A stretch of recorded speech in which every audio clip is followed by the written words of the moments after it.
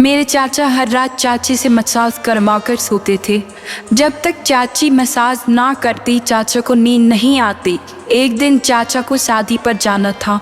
चाची जाने लगी तो मुझे पास बुलाकर बोली, रात को चाचा के पास जाकर मसाज कर देना, वरना सारी रात जागते रहेंगे। रात हुई तो मैं सर ढाँक कर चाचा को मसाज करने चली गई। अभी 15 मिनट हुए थे कि मेरे होश उड़ गए। चाचा ने मेरे साथ, मेरी चाची मुझे बोल कर गई थी कि चाचा का ख्याल रखना। साथ ही मुझे वो एक काम करने के लिए भी कहकर गई थी। मैंने वही काम किया था। अचानक से ही कुछ बुरा हो गया। अब मैं परेशान थी कि चाची वापस आएगी तो उनको क्या जवाब दूंगी। वो कहेंगी कि मैंने तो तुझे चाचा का ख्याल रखने के लिए कहा था और तूने ये सब कुछ किया कर डाला। मुझे खुद ही पता नहीं चला कि ये सब कैसे हो गया और इसमें मेरा क्या कसूर था। यह सब खुद ही हुआ था। मेरे चाचा बड़े ही अजीब तरह के इंसान थे। ये हमेशा ही गुस्सा करते रहते थे। मेरी जो पहले चाची थी यानी चाचा की पहली बीवी, वो बहुत अच्छी औरत थी और उनसे मेरे चाचा को औलाद ना हुई तो चाचा ने कहा इससे तो मुझे औलाद नहीं हो रही, तो उन्होंने दूसरी शादी कर ली। लेकिन दूसरी बीवी से भी मेरे चाचा को औलाद ना हुई। चाचा सबको कहते थे कि सारी बांझ औरतें ही मेरे नसीब में लिखी हैं, मेरी ही उनसे शादी हो जाती है। चाचा ने दूसरी औरत को भी छोड़ दिया। वो बेचारी बड़ी अच्छी थी। उन्होंने कहा कि मुझे नहीं छोड़ना, मेरे आगे पीछे कोई नहीं है। लेकिन चाचा ने कहा कि मैं तुझे रख कर क्या करूँगा, तेरा मुझसे क्या फ़ायदा। जबकि उन्होंने उस औरत के साथ 5 साल गुजारे थे और 5 साल में ही वो इतनी ज़्यादा बुढ़ी लगने लगी थी। जब शादी हुई तो वो उस वक्त काफ़ी खूबसूरत थी। पता नहीं मेरे चाचा औरतों के साथ करते क्या थे, उसकी हालत ऐसी हो जाती थी। मेरे चाचा ने अब तीसरी शादी कर ली थी। मेरे माँ बाप इस दुनिया से चले गए थे और मैं अपने चाचा के साथ रहने के लिए आ गई थी। अगर मेरे बाबा जिंदा होते वो मुझे कभी भी यहाँ रहने के लिए नहीं भेजते। जब चाचा ने घर अलग किया तो वो बहुत ज़्यादा अमीर हो गए। उन्हें बहुत अच्छा घर बनाया था। उनके घर में टीवी, फ्रिज, एसी सब कुछ था। हम लोग गरीब थे। मेरा भी दिल करता था कि मैं अपने चाचा के घर पर जाकर रहूं, बड़े टीवी पर सीरियल देखूं और फ्रिज से ठंडा पानी निकाल कर पीऊं, गर्मियों में एसी के मजे लूं, आराम से सो सकूं। लेकिन मेरे बाबा मुझे जाने नहीं देते थे, मगर कभी जाते भी तो मुझे अपने साथ ले जाते और अपने साथ ही वापस ले आते। वहाँ पर रात तो कभी भी रहने नहीं देते। लेकिन अब मैं यहाँ पर हमेशा के लिए आ गई थी। मेरे चाचा को अपने भाई भाभी के मर जाने का बड़ा अफसोस था, इसीलिए उन्होंने मेरी जिम्मेदारी ले ली और कहा कि वो मेरा ख्याल रखेंगे। ये जो मेरी तीसरी वाली चाची थी ये भी मासूम थी। चाचा कहते थे कि मेरे नसीब में सारी की सारी ऐसी औरतें आती हैं जो बच्चे पैदा नहीं कर सकती, लेकिन दरअसल उनके नसीब में ऐसी औरतें आई थी जो बहुत ही ज़्यादा शरीफ और मासूम होती थी। यह चाची भी बहुत अच्छी थी। मेरे चाचू मेरी चाची से बहुत ज़्यादा सेवा करवाते थे। पूरा दिन उसकी कोई ना कोई फरमाइश होती। बिन मौसम की चीज़ पकवाते, कभी कहते पकोड़े बना दो, कभी कहते चाय बना दो और मुश्किल से मुश्किल खाना बनवाते रहते थे। मुझे कहते थे कि तुम भी खाया पिया करो, ऐश किया करो, काम करने की कोई ज़रूरत नहीं है। वैसे घर के काम करने के लिए चाचा ने नौकर रखे हुए थे, लेकिन खाना पकाने की सारी जिम्मेदारी मेरी चाची पर ही थी। मैं उनकी मदद किया करती थी, पर मेरे चाचा कहते थे कि कोई ज़रूरत नहीं तुम्हें काम करने की। अगर तुमने काम किया तो मैं भगवान के यहाँ जाकर अपने भाई को क्या मुँह दिखाऊंगा। चाचा को मुझसे बहुत मोहब्बत थी। उनको एक बार किसी आदमी ने कहा कि तुम्हारी तो तीसरी बीवी से भी औलाद नहीं हो रही, इसका मतलब कि शायद तुम्हारे अंदर ही कुछ गड़बड़ है। तो उन्होंने कहा कि मेरे अंदर कोई गड़बड़ नहीं है, बस मेरे नसीब में औलाद नहीं है। लेकिन अब मुझे औलाद नहीं चाहिए। मेरी तीसरी बीवी माँ बन सकती है। अब मैं बच्चा नहीं पैदा करना चाहता। कहाँ बुढ़ापे में बच्चा उठाकर फिरूंगा। बच्चों के तो 1000 काम होते हैं। अब तो मेरी अपनी दवाई का खाने की उम्र आ गई है और मैं इसके लिए दूध और सामान कैसे लाता फिरूँगा। मेरा भाई दुनिया से चला गया, उसकी बेटी मेरे घर रहने आई है। बस मैं उसी को अपनी बेटी बना कर रखूँगा और मैं इसको विदा कर दूँगा। सारे अरमान उसकी शादी पर पूरे कर लूँगा। मैं यह बात सुन रही थी, मुझे बड़ी खुशी हुई। मैंने कहा कि मेरे चाचा तो बहुत अच्छे हैं, मेरा कितना ख्याल करते हैं, मुझे अपनी बेटी बना लिया है। मेरे चाचा मेरी चाची से बहुत ही ज़्यादा काम करवाते थे, रोज़ रात को उनसे मसाज भी करवाते थे, जबकि ये काम बड़ा मुश्किल होता था। मेरी चाची चाचा के ऊपर खड़ी हो जाती और पैरों के साथ उनकी कमर और टांगों को दबाया करती थी। उनका इतना ज़्यादा वजन नहीं था, शायद वो 40 किलो की होंगी। चाचा 1-2 घंटे तक चाची से मसाज करवाते रहते थे, यहाँ तक कि जब चाची वापस आती तो खुद थक जाती थी। चाचा की एक बड़ी अजीब हरकत थी, वो कभी कभी चाची को कमरे से बाहर निकाल देते थे, कहते थे कि मुझे अकेले सोने की आदत है। वो खुद अपने कमरे में सोते, चाची दूसरे कमरे में सोया करती थी। लेकिन कभी कभी चाचा उनके कमरे में भी सो जाते थे। मेरे लिए अलग से कमरा था, वहाँ पर एसी भी लगा हुआ था। मेरी ज़िंदगी तो यहाँ पर ठीक थी। मेरी चाची को कहीं जाने भी नहीं देते थे, उनके अपने घर भी नहीं, उन्हें रात को भी अपने घर रुकने नहीं देते थे। मेरी चाची कहती थी कि मैं तो बस यहाँ पर सेवा करने के लिए आई हूँ, अमीर बंदा है, इसके पास पैसे हैं, हम लोग गरीब थे, माँ बाप ने पैसा देकर शादी कर दी, वरना मेरी तो ये पहली शादी है।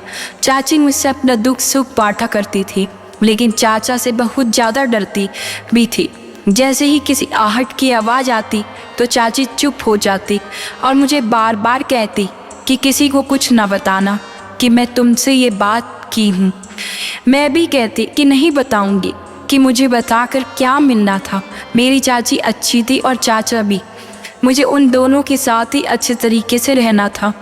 मुझे एक दूसरे में फूट डालने की क्या ज़रूरत थी। मेरी चाची ने मुझे बताया कि उनका बाप ज़्यादा बीमार बिस्तर पर पड़ा है, तबीयत बहुत ख़राब है, लेकिन तुम्हारे चाचा जाने नहीं देते हैं, कहते हैं कि घर के काम ज़रूरी हैं, टाइम पर खाना नहीं मिलता तो मेरा मूड ख़राब हो जाता है। चाची मुझे कहती थी कि औरत गरीब बंदे से शादी कर ले, जो कम से कम प्यार करने वाला और एहसास करने वाला वो, लेकिन ऐसे आदमी से शादी ना करे जिसके पास पैसे तो हों लेकिन वो आपका एहसास ही ना करे। मैंने कहा कि औरतें तो आजकल ऐसा नहीं सोचती, वो तो बस कहती हैं कि बंदा अमीर हो चाहे जैसा भी हो। मेरी चाची ने कहा कि हाँ, काश कि मुझे पहले पता होता कि ये सब कुछ होता है तो मैं तुम्हारे चाचा से कभी शादी ना करती। मेरा तो दिल करता है गले में ढोल लूँ और सबको बताऊँ कि कोई भी अमीर आदमी से शादी ना करे, और करे तो कम से कम ऐसे आदमी से करे जिसके अंदर थोड़ा बहुत एहसास, इंसानियत हो। तो मेरी चाची बड़ी परेशान रहती थी। मैंने कहा कि मैं आपकी मदद करती, मैं चाचा से बात करती हूँ। उन्होंने कहा कि नहीं नहीं, तुम बात नहीं करना, वरना वो कहेंगे कि मैंने तुम्हें कहा है। लेकिन चाची अंदर ही अंदर बड़ी परेशान थी। एक दिन रोना शुरू हो गई। चाचा ने कहा कि क्या बात है, क्यों घर में मनुष्यत फैलाई हुई है। मुझे बिल्कुल अच्छा नहीं लगता कि घर की औरतें घर में बैठकर रोती रहें। जिस घर में औरत इस तरह बैठकर रोती है उस घर से पैसे रूठ जाते हैं। तुम क्या चाहती हो कि मेरी कमाई ख़राब हो जाए? जब मेरे पास पैसे नहीं होंगे सबसे पहले तुम भी मुझे छोड़कर जाओगी। मेरी चाची ने कहा कि मैं अपने बाप से मिलना चाहती हूँ, पता नहीं कब फ़ोन आ जाए और पता चले कि बाबा इस दुनिया में नहीं है, आखिरी बार उनसे मिल भी न पाऊँ। अगर ऐसा हुआ तो मैं ज़िंदगी भर आपको कभी माफ़ नहीं करूँगी। मेरे चाचा को रहम आ गया और उन्होंने कहा कि ठीक है, चली जाओ, लेकिन सिर्फ एक रात के लिए, शाम को जाओगी और अगली सुबह वापस आ जाओगी। मेरी चाची तो इस पर ही खुश हो गई। उन्होंने कहा कि ठीक है। मेरे चाचा ने थोड़े पैसे दिए और कहा कि उनके लिए कोई चीज़ भी ले जाना और मेरी तरफ से भी पूछ लेना। चाची ने कहा कि अगर आप भी साथ चलते तो। मेरे चाचा ने कहा कि मेरी तीसरी शादी है, पहली नहीं जो मैं ससुराल का मुंह देखूं। मुझे कोई ज़रूरत नहीं है, तुम अच्छी औरत हो, मेरा ख्याल तो करती हो, लेकिन तुम्हारे बहुत नखरे हैं। अगर ज़्यादा नखरे करने हैं तो वहीं पर बैठ जाना, मैं तुम्हें तलाक के पेपर भेज दूंगा। मेरी चाची तो डर गई। मैं चाचा का रवैया देख रही थी, कितना गलत रवैया था। चाचा ने उनके साथ हमेशा अच्छा किया, लेकिन चाचा ने आज उनको ऐसी बात कह दी थी। ऐसे नहीं कहना चाहिए था। उनका क्या कसूर था? वो कहने लगी कि दिल तो नहीं कर रहा कि जाऊं, लेकिन एक तरफ आप हैं और एक तरफ मेरा घर है और बाप इस दुनिया से जाने वाला है। अगर बाप से ना मिली तो जख्म बन के मेरे दिल में बात बैठ जाएगी, मुझे अंदर ही अंदर खाए जाएगी। लेकिन अगर वहाँ से आने में देर हो गई तो तुम्हारा चाचा मुझे तलाक दे देगा। बस तुम पीछे से सब कुछ संभाल लेना, ऐसा मौका ना देना कि इसे मेरी याद आए। मैंने कहा कि फ़िक्र नहीं करो, मैं उनको टाइम पर सारी चीज़ दे दूँगी। तो वो ये नहीं कहेंगे। मैं सारी चीज़ बहुत अच्छी बनाऊँगी जो उनको बहुत पसंद आएगी। चाची ने मेरे सर पर हाथ रखा और कहा कि तुम बहुत अच्छी लड़की हो, मैं भी तुम्हें अपनी बेटी समझती हूँ और हमेशा समझूँगी। तुम मेरे दुख सुख को समझती हो। चाची वहाँ से चली गई और मैं सुबह सुबह उठ गई। पहले मैंने चाचा को नाश्ता बना कर दिया, उसके बाद खाना बनाया। शाम को चाय के साथ भी काफ़ी सारी चीज़ बनाई, लेकिन वो बिल्कुल भी खुश ना हुए। उन्होंने कुछ नोट भी नहीं किया, ये भी नहीं कहा कि बहुत अच्छा बनाया है। वैसे तो वो मुझसे इतना प्यार करते थे, लेकिन इस मामले में उनकी ज़ुबान से एक अल्फाज भी नहीं निकला, क्योंकि शायद उनको औरतों की तारीफ़ करने की आदत ही नहीं थी। नहीं तो मेरी चाची भी बहुत अच्छा खाना बनाती थी, लेकिन उन्होंने कभी तारीफ़ के दो बोल नहीं बोले थे, बल्कि हमेशा ऐसे ही कहते थे कि इससे भी अच्छा बन जाता है अगर तुम थोड़ी मेहनत कर लेती तो। रात हुई तो चाचा ने मुझे आवाज़ दी। मेरी चाची ने मुझे कहा था कि मसाज के बगैर तुम्हारे चाचा को नींद नहीं आती, आज ये काम तुम कर लेना। मैंने कहा कि ठीक है, मैं कर दूंगी। उन्होंने मुझे आवाज़ दी, मैं भी कमरे से चली गई। उन्होंने कहा कि मैं मालिश करवाता हूँ तो मुझे नींद आती है। तुम्हारी चाची चली गई है, नहीं तो ये काम तो उसका था। मैंने कहा कि कोई बात नहीं, वो तो सुबह आएंगी, मैं कर देती हूँ। उन्होंने कहा कि ठीक है। मैं चाचा को मसाज करने लगी। मुझे चाचा ने कहा था कि वो 2-2 घंटे तक मसाज करवाते हैं, इसीलिए मुझे पता था कि मेरी जल्दी छुट्टी नहीं होने वाली। बस मैं चाचा का मसाज करने लगी, लेकिन अभी 20 मिनट ही गुजरे थे कि चाचा की आवाज़ ही नहीं आई, जबकि उससे पहले वो किसी चैनल पर खबरें सुन रहे थे, साथ साथ मुझसे बात भी कर रहे थे। मुझे लगा कि सो गए हैं। मैंने सोचा कि अगर सो गए हैं तो फिर मैं वापस अपने कमरे में चली जाती हूँ। मैं कमरे में चली गई। मेरी छुट्टी हो गई। 20 मिनट में ही मेरी जान छूट गई। लगता है मैंने बहुत अच्छे से मसाज किया है, तभी उनकी नींद आ गई। शायद थके हुए थे। मैं कमरे में आई तो चाची के घर से फ़ोन आया। पता चला कि चाची की बाबा का देहांत हो चुका है। चाची ने कहा कि तुम अपने चाचा को लेकर जल्दी वहाँ पर पहुँच जाओ। मैं चाचा के कमरे में उनको जगाने के लिए गई। जाहिर है इतनी बड़ी बात थी, चाची की बाबा की मौत हो चुकी थी। लेकिन जब मैं चाचू को जगाने की कोशिश की तो वो उठ ही नहीं रहे थे। मैंने उनको आवाज़ दी, फिर उनके कंधे पर हाथ लगाया। जब मैंने उनकी तरफ गौर से देखा तो ना जाने क्यों मुझे ऐसा लगा कि जैसे वो इस दुनिया में नहीं रहे, इस दुनिया से जा चुके हैं। लेकिन मैं पास वाली आंटी के घर पर चली गई। वो बहुत अच्छी थी। उनके परिवार से हमारे अच्छे ताल्लुक़ होते थे और उनके छोटे बच्चे थे। वो वहीं पर ही रहती थी। मैंने उनको कहा कि मेरे चाचा उठ नहीं रहे। उन्होंने भी अपने दिल पर हाथ रख लिया, कहा सब ठीक तो है। घर में उनका एक कर्जन आया हुआ था, उसको लेकर वो घर पर आई।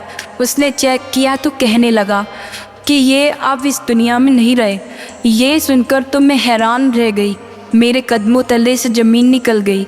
मुझे इस औरत ने कहा कि उन्हें क्या खिलाया। मैंने तो कुछ नहीं खिलाया था। मैंने उनको अच्छे से खाना खिलाया और मैं उनको मसाज कर रही थी। मुझे लगा सो गए हैं, लेकिन मुझे नहीं पता था ये सब क्या हुआ। चाची को ये बात बताई तो चाची तो दहल गई और उन पर क़यामत टूट पड़ी। एक तरफ उनका बाप मर गया और दूसरी तरफ पति भी बड़े ही मुश्किल हालात थी। चाची पर बड़ी मुश्किल आन पड़ी थी। सबसे ज़्यादा तरस मुझे चाची पर ही आ रहा था।